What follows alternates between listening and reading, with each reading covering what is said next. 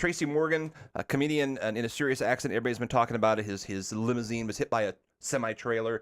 The guy was up 24 hours ahead of time, so he wasn't really all with it, and slammed into it. The thing rolled several times.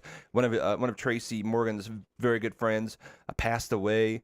Tracy himself's in the hospital, all kinds of broken bones. They were talking amputation. I don't think they had to, and he'll be in there for quite some time.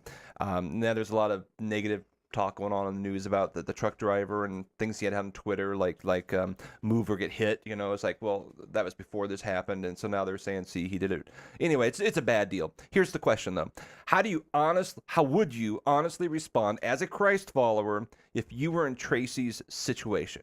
Okay. I got something, and this is like an annoyance of mine, is that when everybody walks around saying, hey, he made it out of there alive, God must have totally been with him. Or all those kind of things. But in my mind, I look at it the other way, that regardless of if he died in the accident or not, if he was a Christ follower, God was with him. But I hate that phrase, that blanket phrase of, oh man, God, somebody must have really been watching out for you. Yeah, so like he wasn't if he didn't survive. Right. I mean, well, that's probably it, because the implicit on the other side is that, like, if he would have been more hurt, then it's like God turned his back on the situation and just kind of let it happen. And so, like, that's why that phrase is offensive, is not because of what it's implying, but what it's on the other side of what it's implying. Yeah. All right, so here's the question. I want you to think of yourself as him. You have a promising career, you're wealthy, you have this entourage, you're in this limousine bus that you own, everything's going on, everything's great. How would you honestly respond as a Christ follower if you're in his situation? A, I would dream of ways to destroy the man's life while spending several weeks in the hospital. B, I would completely forgive the man and beg the court not to put him in jail. He's going to end up in jail. Or C, I would visit him in jail and do my best to lead the man to Christ. I feel like I'm not encapsulated in any of those three options. I would become extremely depressive. I don't know that I would be upset at the man to the point of wanting to ruin his life, but like I think I would just be so bummed out, that it'd be the cast the anxiety thing. Like I don't know that I would at that moment trust that God had his hand in my life at all, and I'd be bummed out and depressive and would treat people around me very, very poorly. You ever heard the story of the song "Forgiveness"? That Matthew West song. You ever heard the story behind it? Phenomenal. It's basically a story, which kind of tells this out, is that this guy was drunk driving, ran over this girl, killed her, and the mom fought to get this guy out of prison. She showed forgiveness so much that she fought to get this guy released early.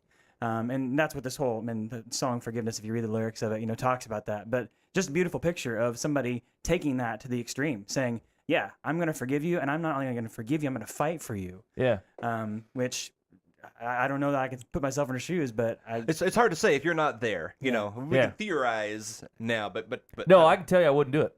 Yeah, I can tell you, like, as it stands right now, I would not forgive that man in a Christ-like way, and I don't know that I would represent God correctly in that action. Yeah, I want to say that I would answer C. I want to say that, but I know that given the situation, I probably wouldn't. I want to say that I'd immediately forgive the guy, and I would, try and get him out of prison, try and get him out, or if not quite go to the length of try and get him away from jail or prison, go and visit him and stuff like that. I think that maybe I after a while I'd be able to do that, but I can't imagine right now being able to say C.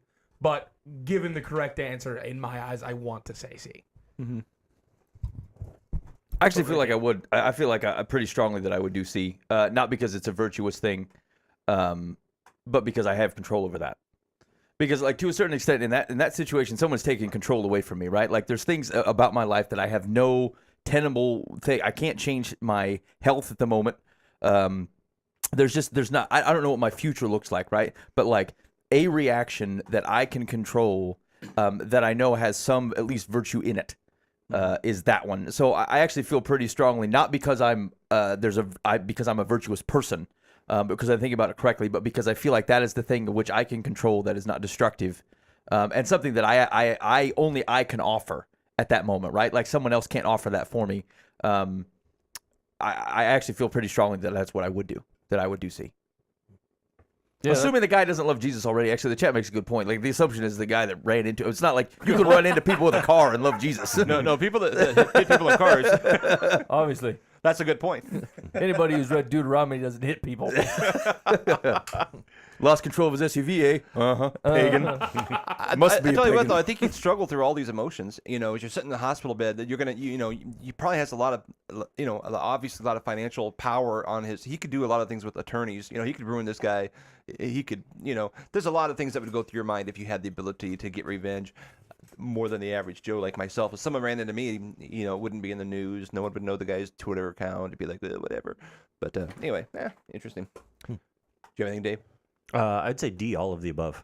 Oh, yeah. I mean, there's a part of me that would want to plot revenge, and it'd be just all this self-loathing type of thing. And Then you kind of work through it. And... yeah, then I'd work through it, and then I'd, as quickly as possible, try and make sure that the guy knows that he's forgiven.